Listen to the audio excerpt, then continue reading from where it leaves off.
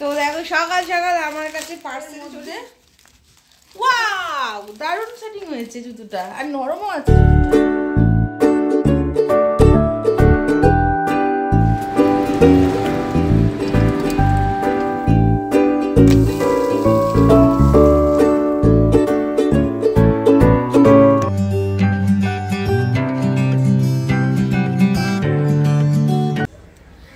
Morning and welcome back to my channel, welcome to new videos. কেমন আছো তোমরা সবাই? আজকে সবাই খুব ভালো আছো, সুস্থ আছো, একদম ফাটাফাটি আছো, আমরা ভীষণ ভালো আছি।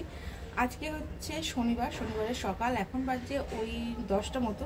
তো এখন থেকে ভিডিওটা স্টার্ট করছি। সকালবেলা থেকে চাটা খাওয়া আমার হয়ে গেছে, বাট এখনও ব্রেকফাস্ট হয়নি। এখনও আমাদের এতখানি বেলা হয়ে গেছে, এখনও ব্রেকফাস্ট হয়নি। অ্যাকচুয়াল এত ঠান্ডা পড়েছে না কদিন ধরে, যে কিনা ঠান্ডা আমি পুরো জোরো সোরো হয়ে গেছি, মানে ঠান্ডা আর হাত পা চালাতে ইচ্ছা করছে না, তো এরকম একটা অবস্থা। তো চলো এখন ব্রেকফাস্ট করবো। আর আজকে যেহেতু ভেজ, তো দেখি কি রান্নাবান্না করা যায়, সবটাই বাকি পড়ে আছে, সবটাই করতে হবে এখন। তো চলো সঙ্গে দেখো, পুরো দিনের ব্লগটা চেক করতে থাকো, আশা করছি ভালো লাগবে। তো দেখো সকাল সকাল আমার কাছে পার্সেল চলে এসছে। দেখি পার্সেল, আমি কিন্তু জানি না পার্সেলের মধ্যে কি আছে। অমিত অর্ডার করেছিল পার্সেলটা, তো জুতোর পার্সেল, দেখেছো সকাল সকাল জুতো।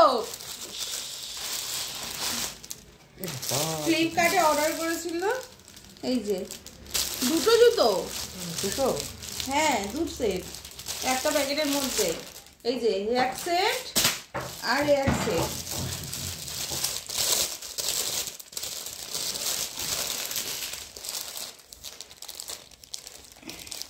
ঘরের ভেতরে পরার জন্য, ঠান্ডা যেহেতু ঘরের মধ্যে।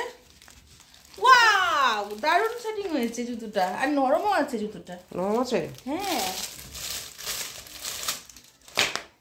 আর মাকে দাও দেখি, মা একটা পড়ুক। আমি তো এই জুতো পরতে পারি। বাহ,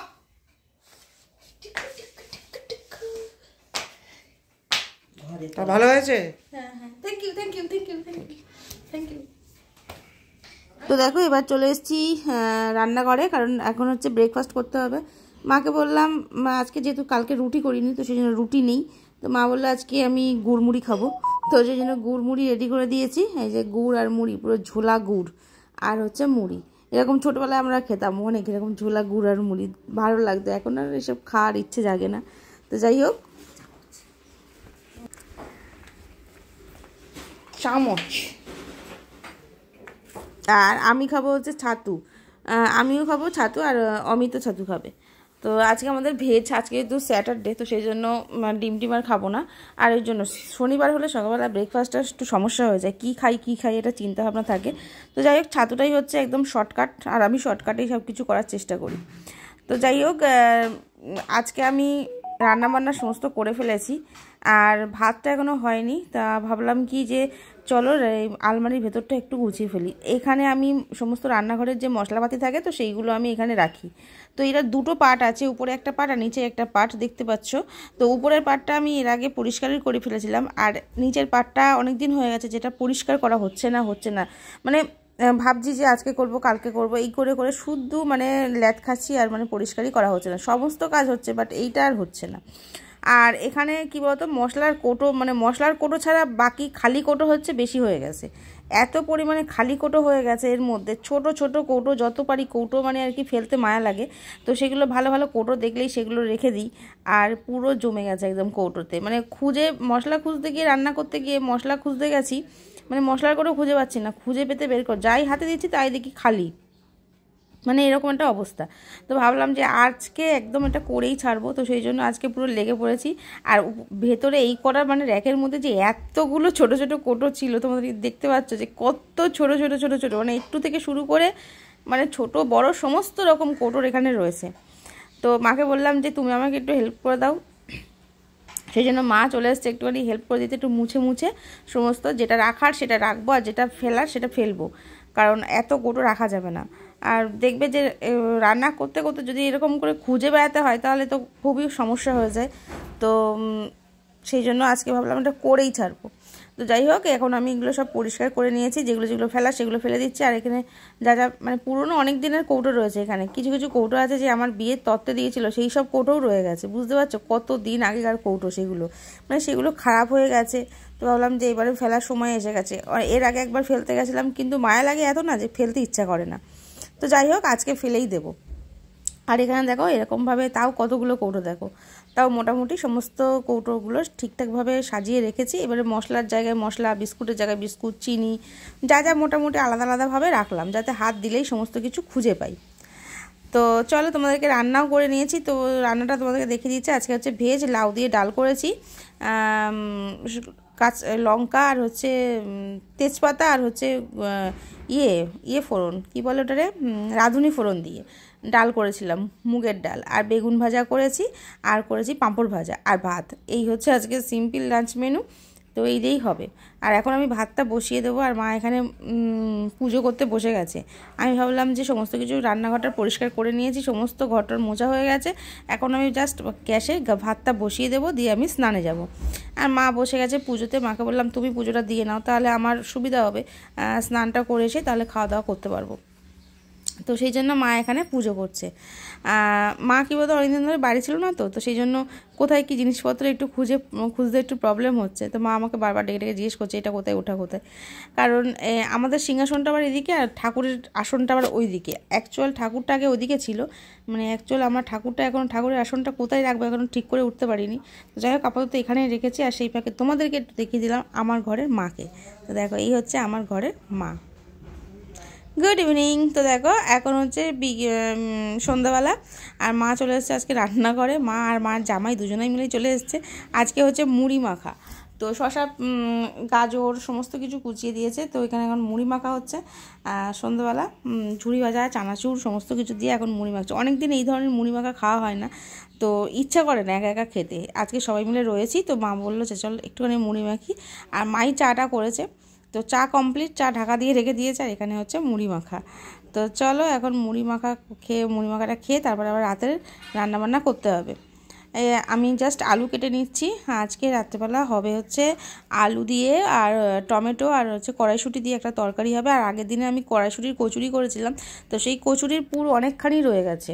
তো মা বাড়ি ছিল না, মারও খাওয়া হয়নি। তো আমি বললাম চলো তাহলে আজকে কড়াইশুঁটির কচুরি তো খেয়েছি, আমরাই খেয়েছিলাম, তো পুরটা রয়েছে, আজকে পরোটা করবো। আগের দিন কচুরি করেছিলাম, তো আজকে পরোটা করব। মা আবার ওই ডুবো তেলে মানে ভালোবাসে না খেতে, মানে লুচি টুচি অত বেশি পছন্দ করে না। তো ভাবলাম পরোটা করি, তার পরোটাই খেতে পারবে, যেহেতু অল্প তেল দিয়ে করবো, পরোটাটা বেশি তেল লাগে না। তো সেই জন্য আমি এখানে আলু কাটছি, আর মা আমার পাশে বসে রয়েছে। আর দেখো এরকম তরকারিটা বসিয়েও দিয়েছি। কারণ শীতকালে দেখবে পাকা পাকা টমেটো দিয়ে আর হচ্ছে একটু লঙ্কা কেটে, জাস্ট লঙ্কা আর কালো জিরে ফোড়ন দিয়ে একটু এরকম তরকারি করলে কিন্তু বেশ, মানে আলুর তরকারি করলে কিন্তু বেশ কিন্তু খেতে ভালো লাগে। আগের দিন আমরা আলুর দম করেছিলাম, তো আলুর দম দিয়ে খেয়েছিলাম কচুরি, তো ভালোও হয়েছিল, সেদিনকেও ভালো লেগেছিলো। তো আজকে ভাবলাম তাহলে পরোটা দিয়ে আজকে আলুর চচ্চড়ি করবো, কারণ আলুর দম করতে অনেক হ্যাপা, আলুর দম আজকে করবো না। তো অমিত বললো ঠিক আছে তাই করো। তো দেখো লঙ্কা ফোড়ন দিচ্ছি আর কালো জিরে ফোড়ন দিয়ে দিয়েছি, আর দিয়ে জাস্ট একটু নাড়াচাড়া করে নিলাম। নিয়ে এইবার দিয়ে দেবো হচ্ছে আলুগুলো, যে ডুমো ডুমো করে কেটে রাখা যে আলুগুলো সেইগুলো। তো এই আলুগুলো দিয়ে দিচ্ছি, বাস নাড়াচাড়া করে একটুখানি নুন আর হলুদ দিয়ে দেবো, দিয়ে নাড়াচাড়া করে ভালো করে হলুদ মানে ভেজে নেব আলুটা। তারপর হচ্ছে জল দিয়ে দেবো, আর একটুখানি টমেটো কেটে দেবো, ব্যাস নুন দেবো একটুখানি হালকা, 2-1 দানা চিনি দিলে হয়, না দিলেও হয়, কোনো প্রবলেম না। তো এইভাবেই করবো। তো চলো রান্নাটা করতে থাকি। আর মা এখানে বসে আছে, মায়ের সাথে গল্প করছি, আর আমি এখানে রান্না করছি। তো দেখো তরকারি প্রায় আমার হয়ে গেছে। এখানে দেখো প্রায় রেডি, কড়াইশুঁটিও দিয়ে দিয়েছি, আর বেশ লোভনীয় লাগছে দেখতে। তো জাস্ট হয়ে গেছে, এবার নামিয়ে নেব। আর আমি রস রেখেছি একটুখানি, কারণ আলু পরে না ঝোল টেনে নেয়, আর পরে ঝোল থাকে না, পুরো শুকনো শুকনো হয়ে যায়। তো এটা আমার ভালো লাগে না, তো গ্যাসটা অফ করে দিলাম। ওটা আমার ভালো লাগে না, কারণ একটু রস থাকলেই অনেক খেতে ভালো লাগে। তো যাই হোক, এখন আমি জাস্ট নামিয়ে নেবো। আর ওদিকে মা হচ্ছে ময়দা মাখছে, কারণ ওই পরোটা হবে, ময়দা মাখা হচ্ছে। তো চলো, ময়দা মেখে আবার মা জাস্ট মেখে দেবে, তারপর আবার পুরটা আমি ভরে দেবো। আর আগের দিন দেখো জাম্বু সাইজের 2টো বেগুন নিয়ে এসেছিলো আমি, তো ওই যে দেখতে পাচ্ছ ওই বেগুনগুলো মানে পোড়া খাওয়ার জন্য, কিন্তু আর পোড়ানো হয়নি। অমিতকে বললাম পরে একদিন পুড়িয়ে দেবো। ওই মোটটা বেগুন যেটা, একটা বেগুনই মানে 600-700 হবে, এত বড় একটা বেগুন নিয়ে এসছে পোড়া খাওয়ার জন্য। তো দেখো তরকারিটা কিন্তু বেশ ইয়ামি দেখতে হয়েছে, খেতেও আশা করছি খুবই ভালো হবে। তো চলো এখন আমি পুর ভরে নিই। এই যে ময়দার লেচি মা করে দিয়েছে, আর আমি এখন পুর ভরছি। এই পুর ভরাটা কিন্তু অত সহজ কাজ নয়, জানো তো। পুরটা ভরা কিন্তু অনেকটাই কঠিন কাজ। যারা জানে না তাদের কাছে কিন্তু অনেকটাই কঠিন। তো যাই হোক, আমি পুরটা ভরে নিচ্ছি। পুরটা ভরে তারপরে বেলতে হবে। আর বেলাটাও কিন্তু অনেকটাই মানে চাপ, কারণ হচ্ছে বেশি প্রেস করে বেলা যায় না, হালকা হাতে একটু বেলতে হয়। আর মাও বেলতে পারবে না, মা বলছে এই ভেতরে পুর ভরা আছে, আমি বেলে দিতে পারবো না, তুই নিজেই বেলে নে, আমি যদি ফেটে যাই তাহলে মুশকিল হয়ে যাবে। তো দেখো সব পুর ভরা হয়ে গেছে, সব কটা লেচির মধ্যে। দেখে কিন্তু মনে হচ্ছে না যে এর মধ্যে পুর ভরেছি। তো যাই হোক, এখন আমি বেলবো, আর এক একটা করে বেলবো, আর এক একটা করে মানে ভাজতে হবে একা হাতে। বুঝতে পারছো, মা রিস্ক নিচ্ছে না, তো আমাকে একা একা বেলতে হবে। তো যাই হোক, আমি বললাম ঠিক আছে, কোনো প্রবলেম না, একটা একটা করে বেলবো, আর একটা করে এই টেবিলের ওপরেই বেলবো। দেখতে পাচ্ছ বেলছি। আর তোমরা নিশ্চয়ই খেয়াল করছো যে বেশি কিন্তু প্রেস করছি না, হালকা প্রেস করতে হবে, কারণ বেশি প্রেস করলে কিন্তু ভেতর থেকে পুর বেরিয়ে আসবে, আর বেরিয়ে আসলে কিন্তু জিনিসটা বাজে হয়ে যাবে, মানে পরোটাটা ফুলবে না, ফুটো হয়ে যাবে, ফুলবে না, ভালো লাগবে না খেতে। তো যাই হোক, আমাকে একাই করতে হবে। তো দেখো একটা করে ভাজবো এখন। আর আমি ওই তাওয়া নিয়ে নিয়েছি, তাহলে সুবিধা হবে তাওয়াতে। তো দেখো এপিট ওপিট করে ভালো করে ভেজে নেব। তো দেখো এক পিঠ উল্টো হয়ে গেছে, এই পিঠটা জাস্ট উল্টে দিয়েছি, আর দেখো কি সুন্দর ফুলে উঠছে। পুরো একটু একটু করে প্রেস করছি, মানে চাপ দিচ্ছি, আর সুন্দর করে ফুলে উঠেছে। মনে হচ্ছে যেন কচুরির মতো পুরো ফুলে উঠছে পরোটাটা। তো যাই হোক, মোটামুটি হয়ে গেছে। আর এই যে তুলে দিলাম এর মধ্যে। তো এর মধ্যে রাখলে কি নরম থাকবে। তো দেখো রাতের খাবার কিন্তু পুরো রেডি করে দিয়েছি, সার্ভ করে দিচ্ছি। আর মাকে বললাম যে এইখানে গদিটা পেতে এখানে মেঝের মধ্যে বসে ভালো করে খাওয়া দাওয়া করো, কারণ যেহেতু নিরামিষ, কোনো আঁশের কোনো ব্যাপার নেই, সেই জন্য বিছানার উপরে রেখে খেলেও কোনো সমস্যা নেই। তো দেখো সবাই বসে পড়েছি খাওয়া দাওয়া করতে। তো এখন দেখা যাক কেমন হয়েছে, দেখতে হবে। মা তো বলছে বেশ ভালোই হয়েছে, আর যেহেতু তেল বেশি দিইনি, হালকা তেলে ভেজেছি, তো দেখা যাক কেমন হয়েছে।